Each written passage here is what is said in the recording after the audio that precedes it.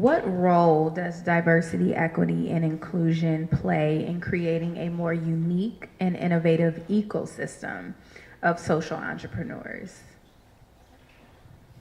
Yeah, so I think there's a lot of talk around what's the return on investment to diversity, equity, and inclusion.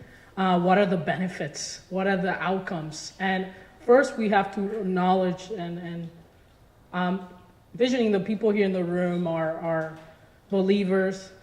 Some of us live this directly.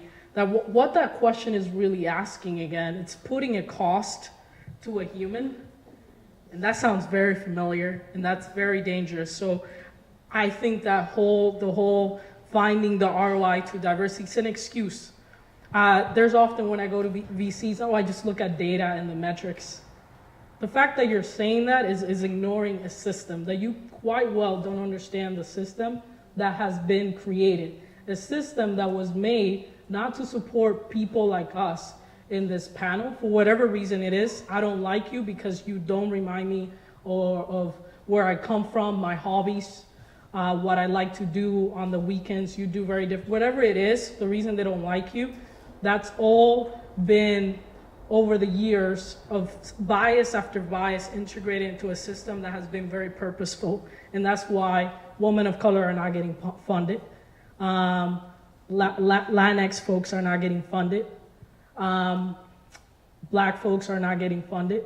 That's very, very intentional. So I just want to acknowledge that sometimes that whole talk about the power, diversity, equity, inclusion, it's itself an excuse to perpetuate the same system. Oh, we first got to validate that a reason of why we got to do this. But having said all that, obviously, we all know that having diverse thoughts and ideas, diverse people is what leads to innovation. Just think of what happened with the PepsiCo ad, H&M, and all those bad marketing campaigns going wrong. It's because the diverse group of people weren't in the room. Folks with diverse experience are able to catch each other gaps. That's why we work better in teams in general. So it's common sense.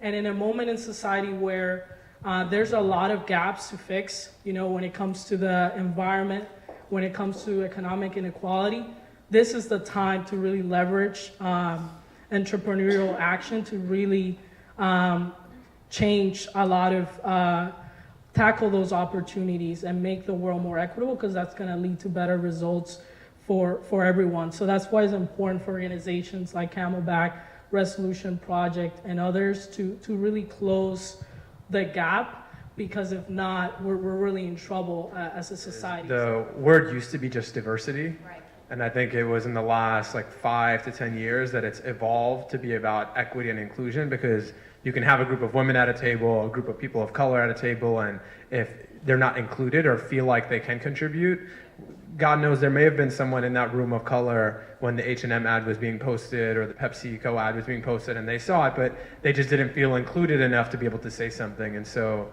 yeah, we can talk about diversity, we can create diverse spaces, but if there isn't a sense of inclusion where people feel like it is also okay for them to contribute and their thoughts and ideas are welcome, it won't matter. The diversity doesn't matter.